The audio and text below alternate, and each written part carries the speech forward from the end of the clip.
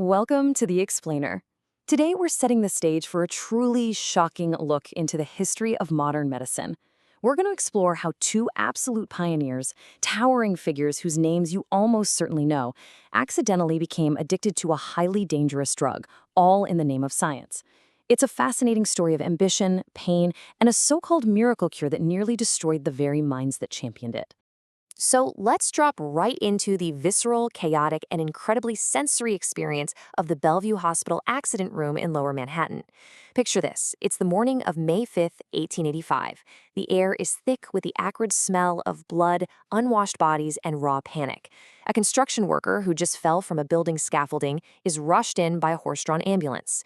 He's got a shattered shin bone, a tibia, protruding straight through his bloody trousers. Now, in the late 19th century, a compound fracture like this wasn't just a bad injury, it was a potential death sentence. In an era way before X-rays and where infections just ran rampant, the sign painted on the wall right above the operating table literally read in 6-inch black letters, "Prepare to meet your God." To deal with this horrific injury, the medical staff desperately paged their most brilliant, fast-acting surgeon, Dr. William Halsted. When it came to a crisis of the body, few surgeons on Earth were faster or more expert than he was. But when Halsted finally staggers down the labyrinthine corridors to the accident room, something is horribly, horribly wrong.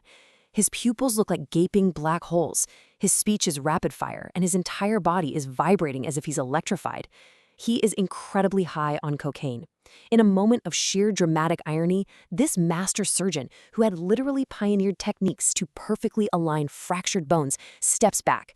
Rather than treating the agonizing compound fracture, he turns on his heel, hails a cab to his home on East 25th Street, and plunges right into a 7-month drug oblivion. Okay, let's dive into this because it absolutely begs the question. How did two towering figures of modern medicine, William Halsted in New York and Sigmund Freud in Europe, accidentally addict themselves to cocaine? This dual narrative of two medical giants falling into the exact same trap is for sure one of the most fascinating cautionary tales in all of science. Section 1. Ambition in Vienna. The search for greatness at the Kranhaus. Let's shift our minds 4,000 miles away to Vienna in June of 1884. Picture an exhausted 28-year-old Sigmund Freud taking his usual seat on a richly upholstered banquette at the Café Landsmann. He's rubbing a reddened, wet nose, his jaw is twitching, and he is fueled by pure cocaine. Desperately trying to make a name for himself, he smells faintly of formaldehyde and hospital wards. You know, the contrast between these two men is incredible. Halsted was operating in the bloody, high-stakes emergency rooms of New York. Freud, however, was trapped in the theoretical, prestige-obsessed academic environment of Vienna. As an impoverished Jewish immigrant, Freud faced immense outsider status. To overcome the anti-Semitism of his day and secure a coveted professorship, he knew he didn't just need to be a good doctor. He needed a massive, earth-shattering medical discovery. And the pressure cooker he worked in was unmatched. This is the Vienna General Hospital, or the Krankenhaus. It was a staggering 250-acre campus with over 4,000 beds. In this environment, a wrong diagnosis was simply not an option. Freud was working under incredibly strict mentors, like the legendary physiologist Ernst von Brücke. The expectation for perfection was absolute, and the anxiety of trying to climb this intellectual Everest was just crushing. But Freud's desperate drive for fame wasn't just about academic prestige. He actually needed financial stability. He had fallen deeply in love with his fiancée, Martha Bernays, but her mother fiercely disapproved of Sigmund's lack of wealth and prospects. Freud realized that without a major breakthrough, he'd be stuck in a laboratory for almost a decade, completely unable to provide for Martha or secure her hand in marriage. This desperation really bleeds into his letters to her.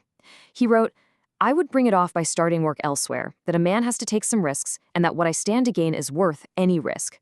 You can almost hear the mania in those words, right? Freud's romantic longing and his manic ambition became dangerously intertwined.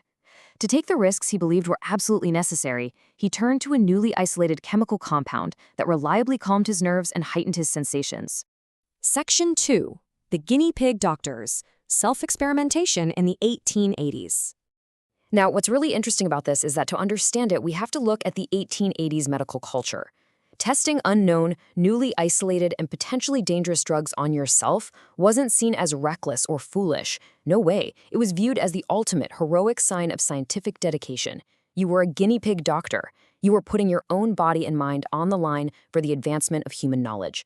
Both Freud and his laboratories here at the University of Vienna and Halsted in the surgical theaters of New York were driven by a genuine desire to alleviate human suffering and achieve greatness. Because animal models for certain psychological or neurological effects were super limited, both men used themselves as the primary test subjects for this newly isolated alkaloid of the coca leaf. They had absolutely no idea what they were actually dealing with. Section 3, Era of the Miracle Drug, a cure for everything.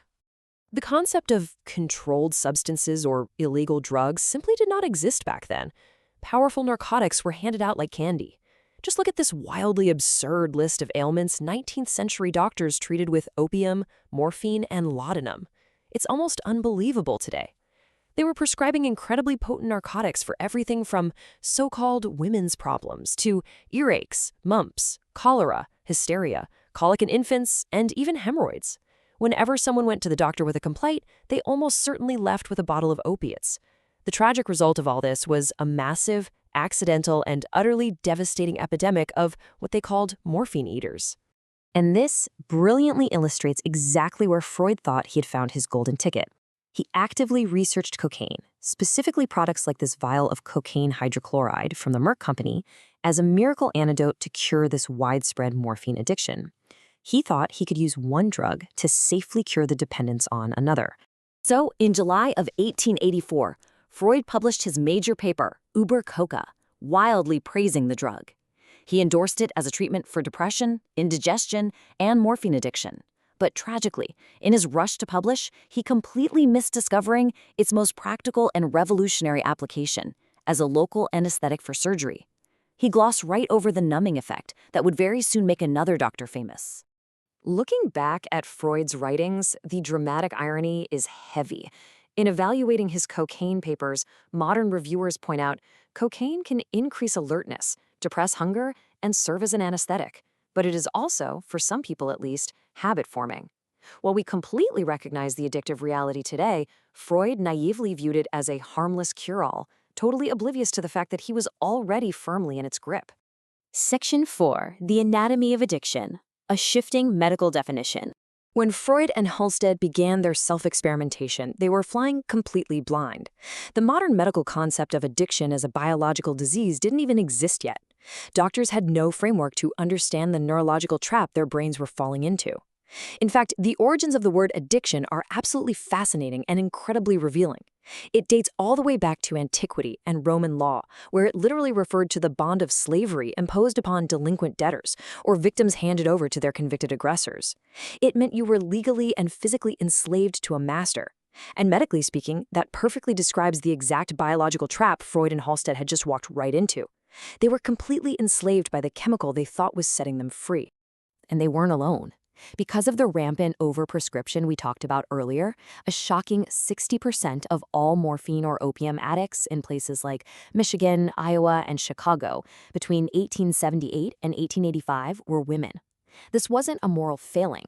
It was a devastating public health crisis created entirely by well-meaning medical practices. So we have these two incredibly brilliant men. Halsted was desperately seeking a safer surgical anesthetic to spare his patients the agony of the knife. Freud was desperately seeking fame, financial security, and a cure for the morphine epidemic. Both used themselves as test subjects. Both became captives to the exact same destructive trap. Let's move to the timeline and see how this builds, because it is remarkably rapid, almost breathless. In July 1884, Freud publishes his glowing endorsement, Über Coca. Just a few months later, in the fall of 1884, a colleague successfully demonstrates cocaine's actual practical use as a surgical anesthetic, stealing Freud's thunder entirely and sending Halsted into a frenzy of self-experimentation to master this new anesthetic technique. And by the spring of 1885, a completely dependent Halsted is fleeing the Bellevue emergency room to get his next fix. From the initial spark of discovery to absolute life-altering dependence in less than a single year. Which leaves us with a truly chilling realization. If the absolute fathers of modern medicine, men of unparalleled genius and dedication, could be so easily and completely enslaved by what they thought was a miracle cure, what blind spots exist in our medical advancements today? What current miracle might future generations look back on with the exact same horror?